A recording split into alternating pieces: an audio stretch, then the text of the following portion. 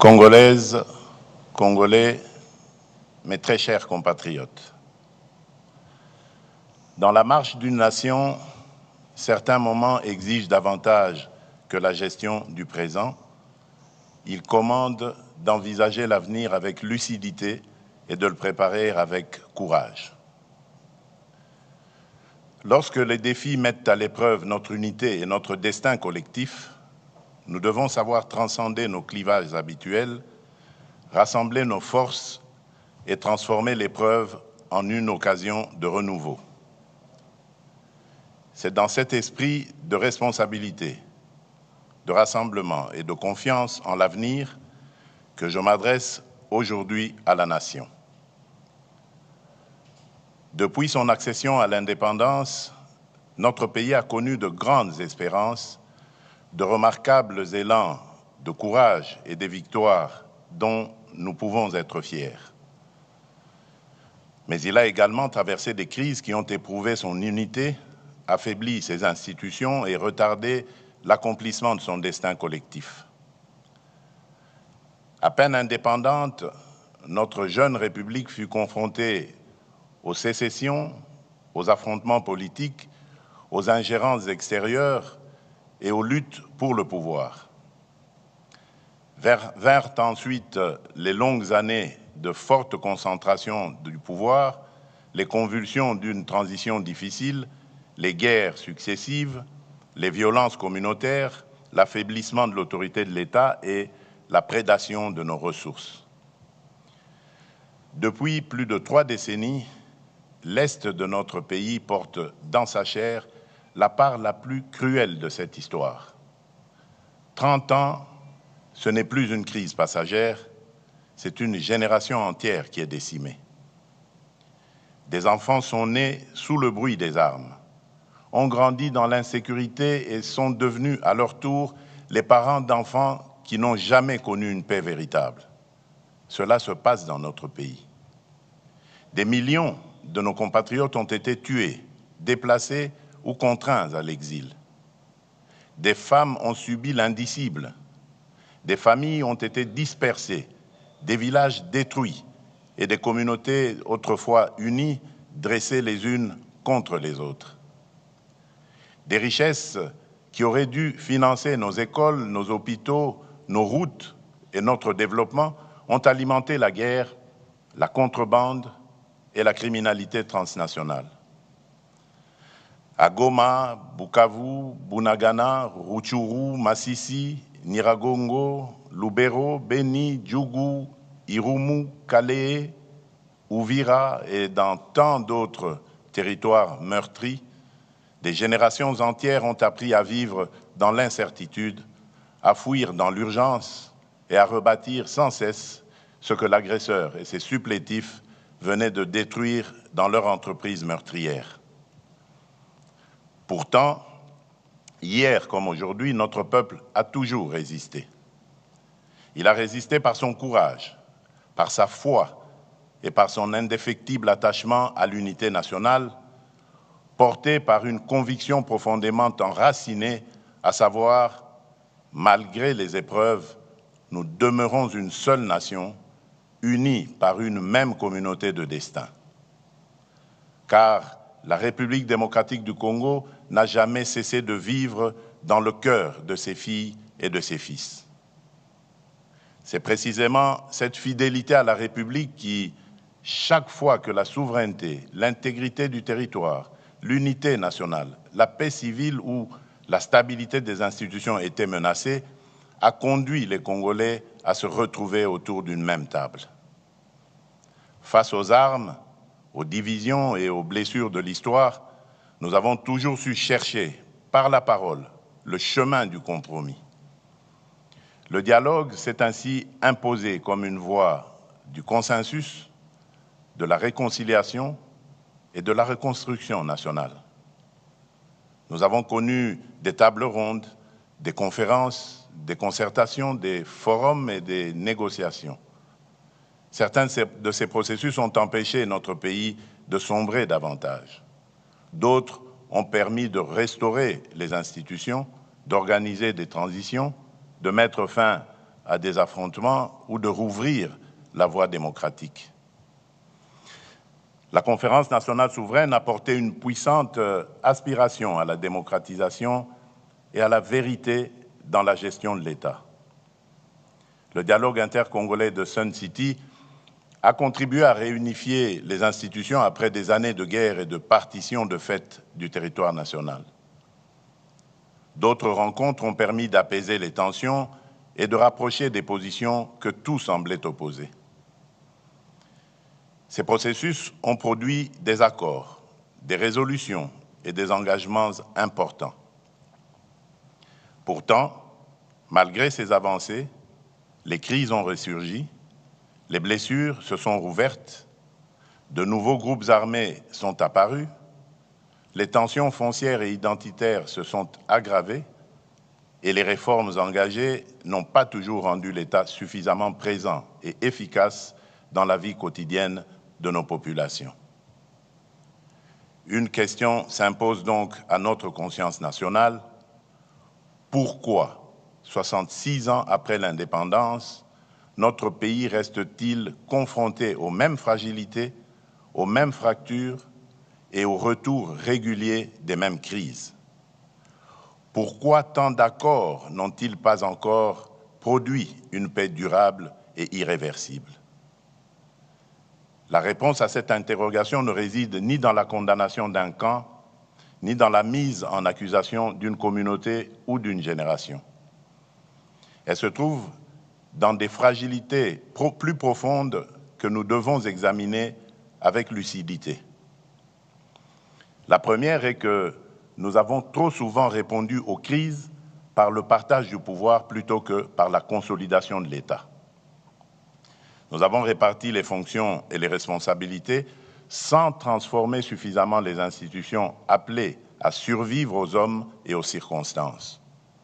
Or, un arrangement politique peut être remis en cause. Seule une institution forte, légitime et durable protège la République dans le temps. La deuxième est que nombre de ces processus sont demeurés concentrés entre acteurs politiques dans des espaces éloignés des réalités quotidiennes de nos populations. Le peuple congolais a souvent été appelé à soutenir des conclusions qu'il n'avait pas véritablement contribué à élaborer. Pourtant, aucun accord ne peut durer s'il n'est pas compris, approprié et défendu par la nation elle-même. La troisième est que nos engagements n'ont pas toujours été accompagnés d'une véritable obligation de résultat. Trop souvent, la signature a été confondue avec l'action.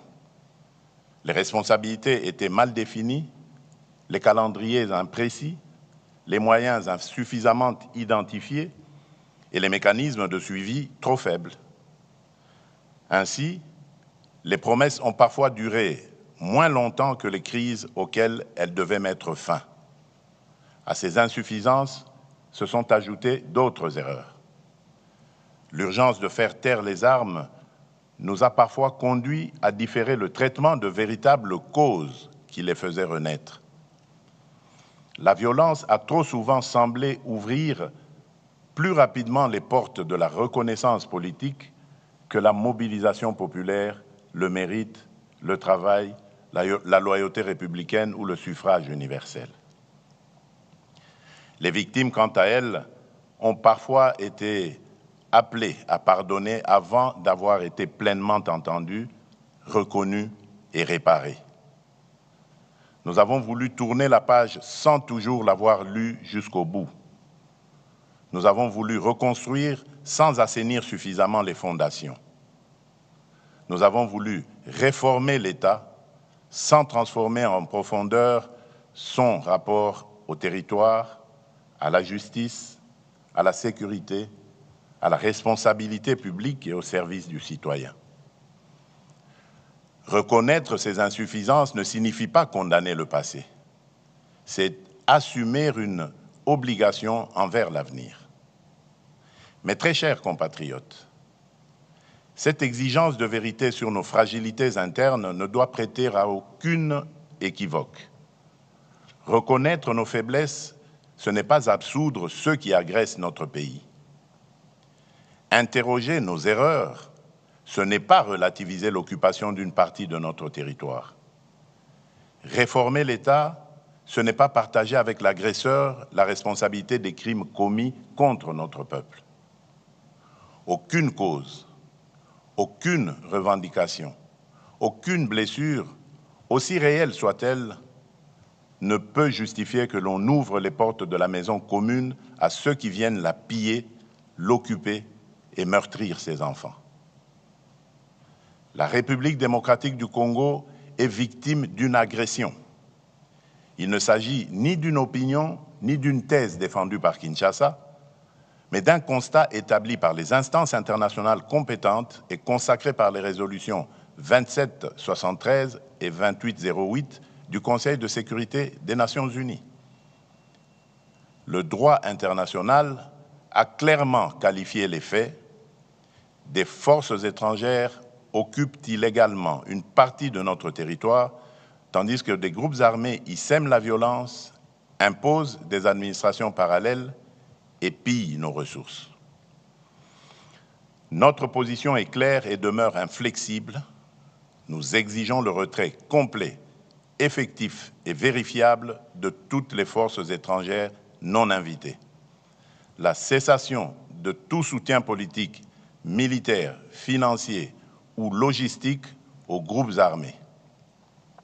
Le démantèlement des administrations parallèles, le rétablissement intégral de l'autorité de l'État, ainsi que le retour dans la sécurité et la dignité de nos compatriotes déplacés. Nous continuerons à défendre chaque portion du territoire national, à protéger nos populations et à faire valoir les droits de la République devant toutes les instances compétentes. À nos vaillantes forces armées, à notre police nationale, à nos forces de sécurité ainsi qu'aux résistants patriotes Wazalendo qui défendent la nation dans le respect de la loi, je réaffirme la reconnaissance de la République. Leur courage et leur sacrifice donnent tout son sens à notre combat pour la souveraineté. Beaucoup sont tombés au champ d'honneur. D'autres portent dans leur chair et leur mémoire les blessures du combat. À toutes et à tous, la nation exprime son infinie gratitude.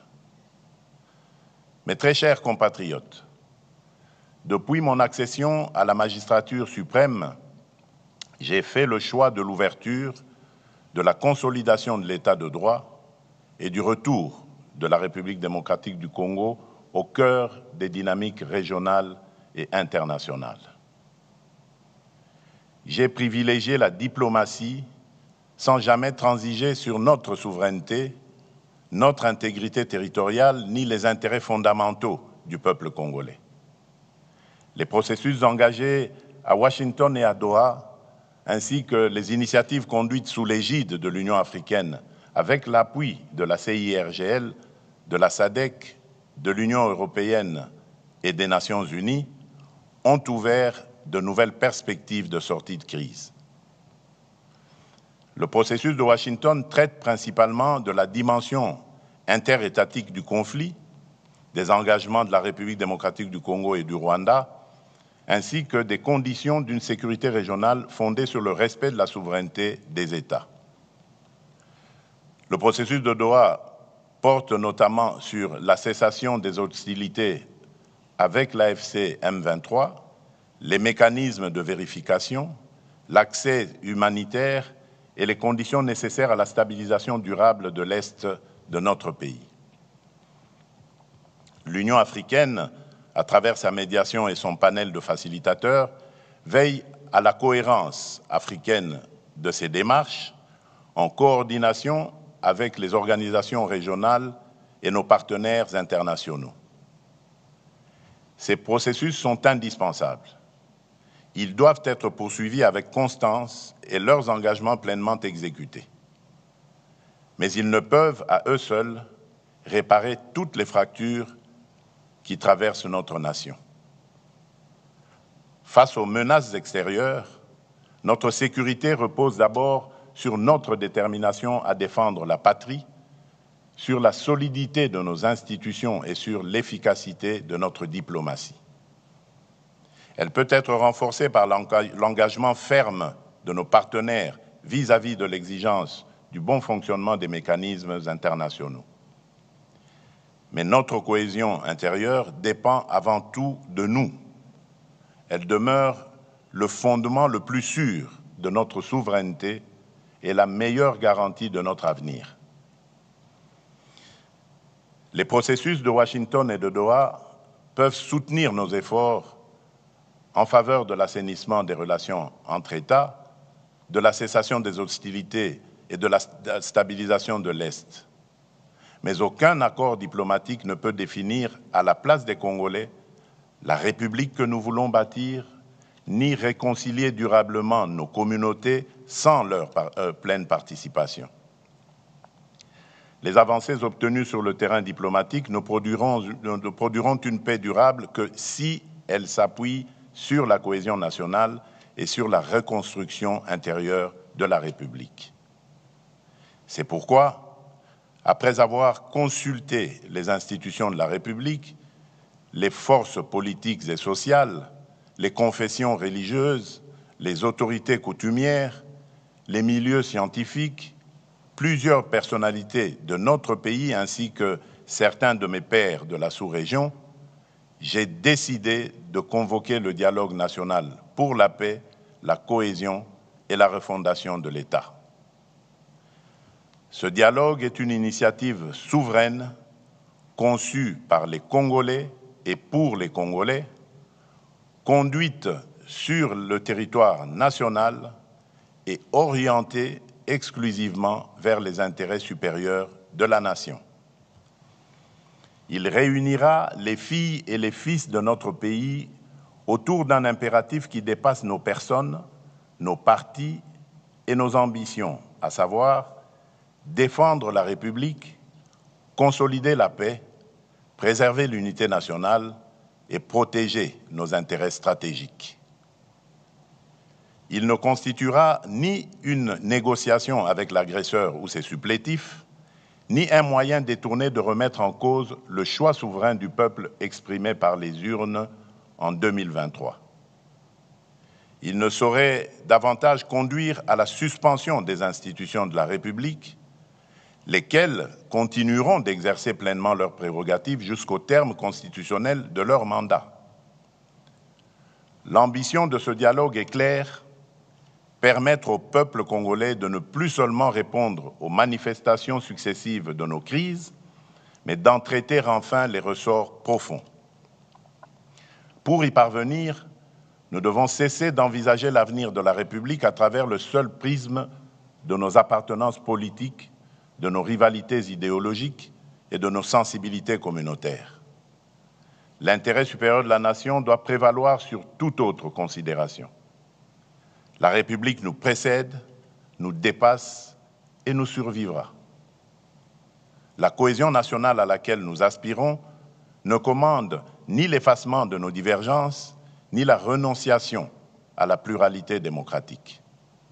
Elle se fonde sur le respect des différences et la liberté du débat et se mesure à notre capacité à défendre des projets distincts sans trahir la République, comme à vivre pleinement nos appartenances culturelles, linguistiques, provinciales ou politiques, sans jamais les placer au-dessus de notre commune citoyenneté congolaise.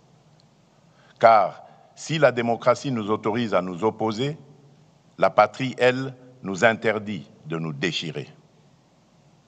Mais très chers compatriotes, ce dialogue national se distinguera d'abord par son ancrage territorial. Il ne commencera pas à Kinshasa, mais au cœur de nos 26 provinces, de nos territoires et de nos communautés. Avant les assises nationales, une vaste consultation politique et technique sera organisée dans chaque province. Des forums préliminaires réuniront au chef-lieu provincial les populations, les autorités locales, les députés nationaux et les sénateurs élus de la province, les représentants des entités territoriales décentralisées et déconcentrées, les partis et regroupements politiques de la majorité et de l'opposition, la société civile, les autorités coutumières, les confessions religieuses, ainsi que les milieux professionnels, économiques, universitaires et scientifiques. Chaque province établira en toute franchise son propre diagnostic, les causes de l'insécurité, les conflits fonciers et coutumiers, les tensions communautaires, les insuffisances administratives, les inégalités, les obstacles au développement et les réformes jugées nécessaires.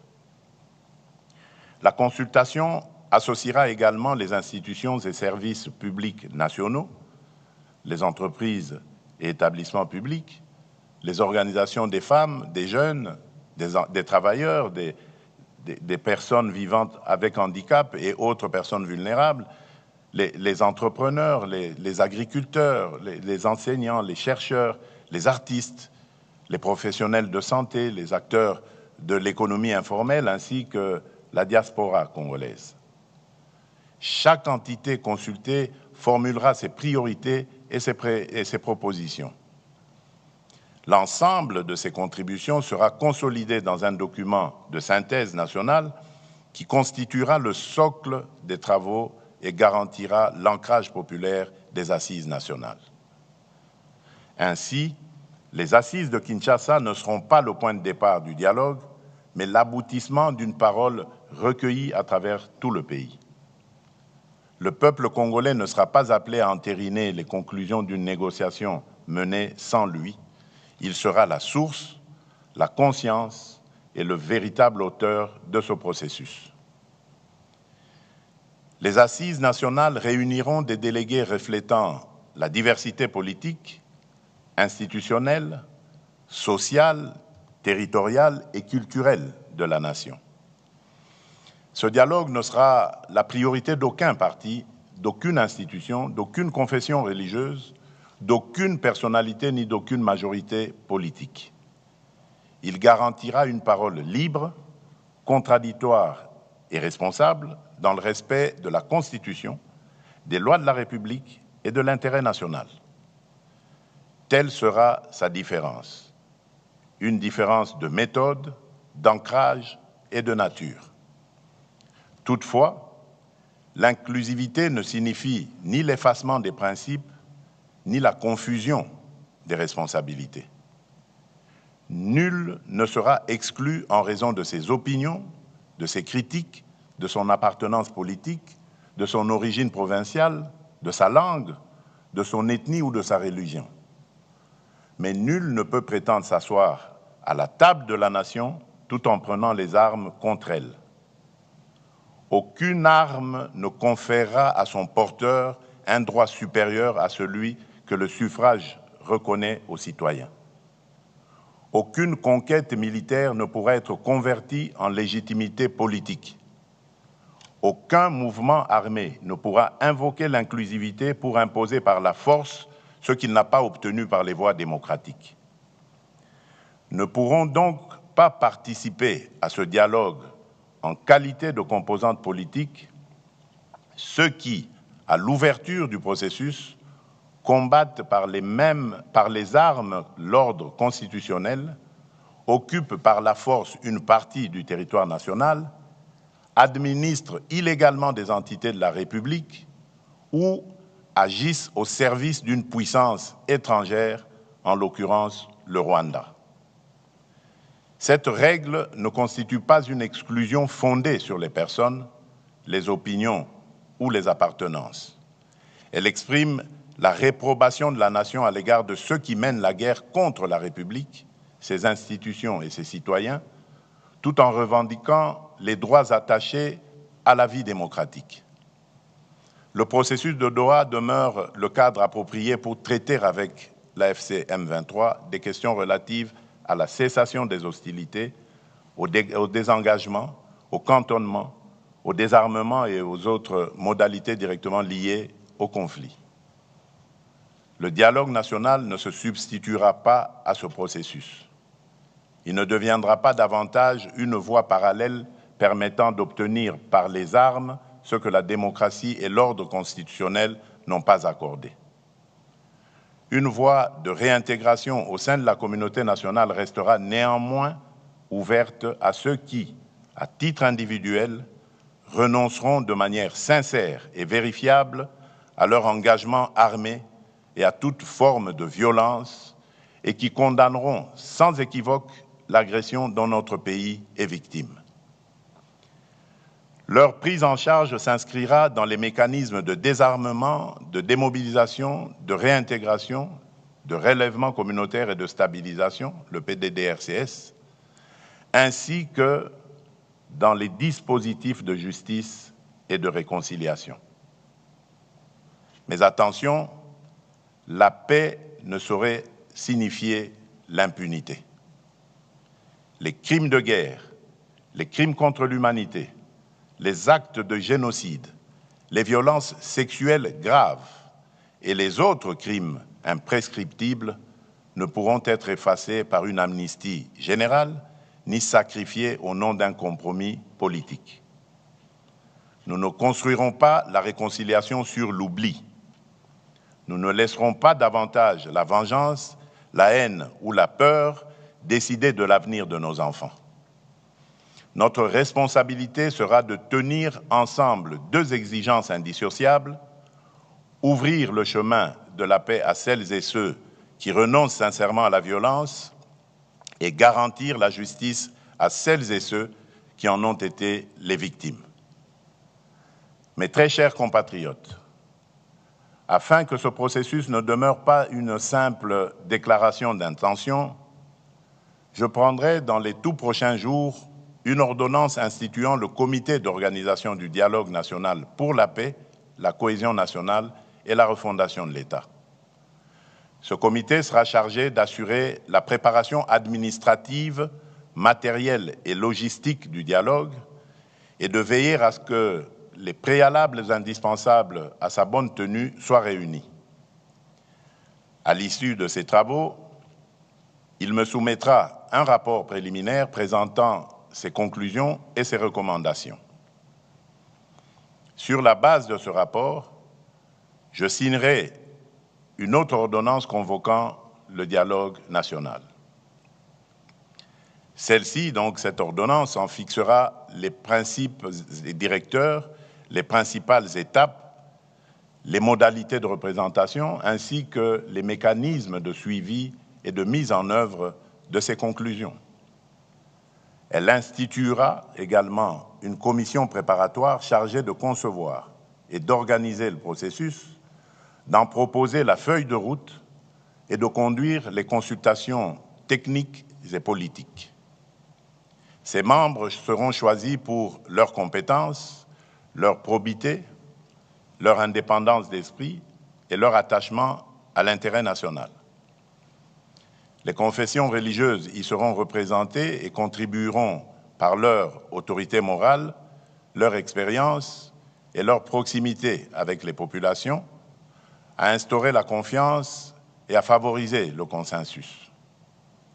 Les autres organes du dialogue, notamment le bureau et l'assemblée plénière, ainsi que leurs attributions et leurs modalités de fonctionnement, suivront par la suite. Le processus s'ouvrira par des consultations dans les provinces. Il se poursuivra par des assises nationales à Kinshasa, sur le territoire de la République. Car un dialogue congolais consacré à l'avenir du Congo doit se tenir au Congo sous la responsabilité des Congolais. L'ensemble du processus sera limité à une durée maximale de 3 mois. Il devra être suffisamment inclusif pour garantir une expression libre, pluraliste et représentative, tout en demeurant rigoureusement encadré afin de préserver l'enlisement, les manœuvres dilatoires et la dilution des responsabilités. Les assises devront aboutir à l'adoption d'un pacte national pour la paix, la cohésion et la refondation de l'État. Ce pacte ne sera pas une déclaration de principe sans lendemain.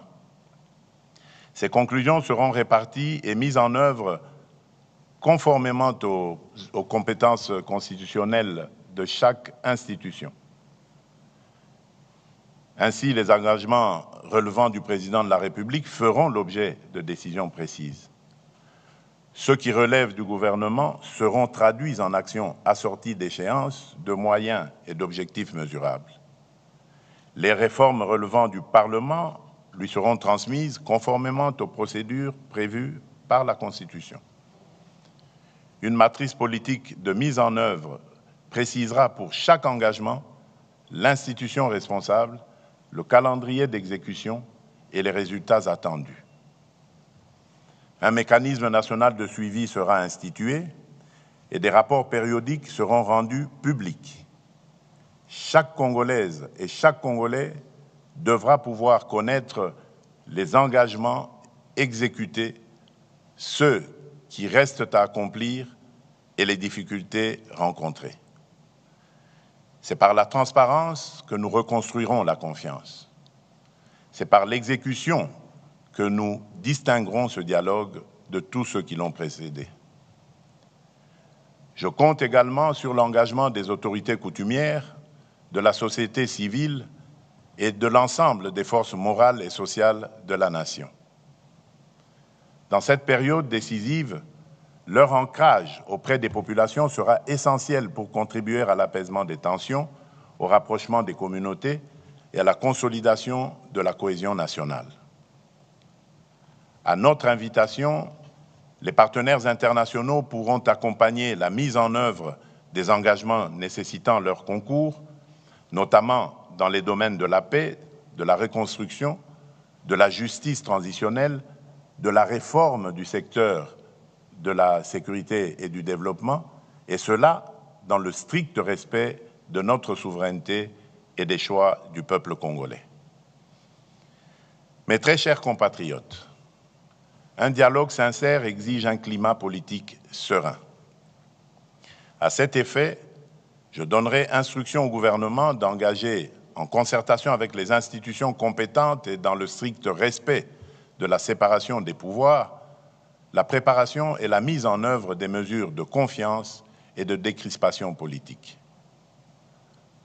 Conformes à la législation en vigueur, ces mesures devront préserver l'indépendance de la justice, garantir les droits des victimes et tenir compte des impératifs de sécurité nationale, tout en favorisant un débat apaisé dans lequel chacun pourra défendre ses convictions sans haine, intolérance ni violence. Dans l'esprit de responsabilité et de concorde nationale qui guide cette démarche, je veillerai personnellement à ce que soient réunis dans le strict respect des lois de la République et des exigences de la paix civile les conditions de sécurité et de confiance nécessaires au retour et à la participation de ceux de nos compatriotes que les épreuves de notre histoire récente ont conduit, pour diverses raisons, à se tenir en marge de l'unité nationale. J'en appelle également à ceux qui se sont engagés dans des voies contraires à l'idée nationale, mais qui souhaitent aujourd'hui se ressaisir. Le moment est venu de renouer avec la République et de reprendre pleinement leur place au sein de leur communauté nationale. J'invite enfin chaque acteur politique, social, religieux ou communautaire à accomplir le geste d'apaisement que la nation attend de lui, baisser le ton, renoncer au discours de haine, proscrire tout appel à la violence, préférer l'argument à l'invective et placer en toutes circonstances l'intérêt supérieur de la République au-dessus des intérêts partisans. Congolaises, Congolais, mes très chers compatriotes, l'heure n'est plus aux postures stériles. L'heure n'est plus aux querelles de préséance ni aux fractures entretenues au détriment du peuple. L'heure est au sursaut, à l'unité et à l'action. Au-delà des crises présentes, la démarche que nous engageons nous invite à un choix historique. Voulons-nous leur léguer une République condamnée à subir les crises ou un État capable de les prévenir et de protéger durablement sa population? Voulons-nous leur laisser un territoire immense mais inégalement administré, ou une puissance publique présente dans chaque province jusqu'au dernier village et à la dernière frontière? Voulons-nous une démocratie où chaque compétition politique menace la cohésion nationale, ou une république où les désaccords s'expriment librement sans compromettre la paix civile ni la continuité de l'État? Voulons-nous enfin leur transmettre une économie qui exporte ses richesses tout en maintenant son peuple dans la précarité, ou une économie qui transforme ses ressources, crée des emplois, réduit les inégalités et améliore réellement les conditions de vie? Nous devons bâtir une république où nul n'aura à prendre les armes pour être entendu, où l'appartenance ethnique, provinciale ou sociale ne sera ni un privilège ni un motif d'exclusion, où la justice ne sera pas l'apanage des puissants, où enfin notre diversité ne sera plus instrumentalisée pour nous diviser, mais reconnue comme une richesse et mise au service de l'unité nationale. Nous voulons une République réconciliée avec elle-même, respectée dans la région et capable d'assumer au cœur de l'Afrique le rôle que lui assigne son histoire, sa géographie, son peuple et ses ressources. À la jeunesse congolaise, je veux dire ceci. Ce dialogue ne concerne pas seulement le pays tel qu'il est aujourd'hui. Il engage l'État dont vous hériterez demain. Ne laissez personne décider de votre avenir sans vous. Prenez toute votre place dans ce processus. Portez-y vos idées, vos exigences, votre créativité et votre volonté de transformation. Rejetez les discours de haine, les manipulations identitaires et les appels à la violence. La République a besoin de votre intelligence, de votre énergie et de votre courage. Aux responsables politiques, je demande de mesurer pleinement la portée de ce moment. Le dialogue ne devra être ni un marché politique, ni un instrument de repositionnement personnel, ni une tribune de règlement de comptes. Il devra servir exclusivement la paix, l'unité nationale et l'intérêt supérieur de la République. Aux États et organisations partenaires, notamment les États-Unis d'Amérique, l'État du Qatar, l'Union africaine, l'Union européenne, les participants solliciteront un accompagnement ferme et constant. Celui-ci devra contribuer au retrait des troupes rwandaises du territoire congolais, au dépôt des armes par l'AFC M23 et à l'aboutissement des processus engagés à Washington et à Doha. Pour ma part, je prends devant la nation l'engagement de garantir l'indépendance, la représentativité et la sécurité de ce dialogue. Je veillerai à ce qu'il ne soit confisqué par aucun camp ni détourné de sa finalité. Je veillerai également à ce que ces conclusions ne se perdent ni dans les calculs politiciens, ni dans l'oubli. Elles devront être traduites en décisions, en réformes et en résultats concrets pour notre peuple. Nous avons hérité d'un pays immense, mais d'un État encore fragile.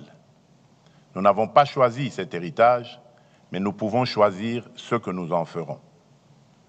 Il nous appartient de transformer les souffrances d'hier en fondation pour demain et transmettre aux générations futures non pas un pays perpétuellement à reconstruire, mais un État solide, une nation unie et une République souveraine, pleinement maîtresse de son destin.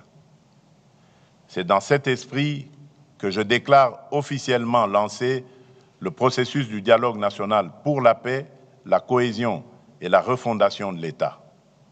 Que vive l'unité nationale, que Dieu bénisse la République démocratique du Congo et son peuple. Je vous remercie.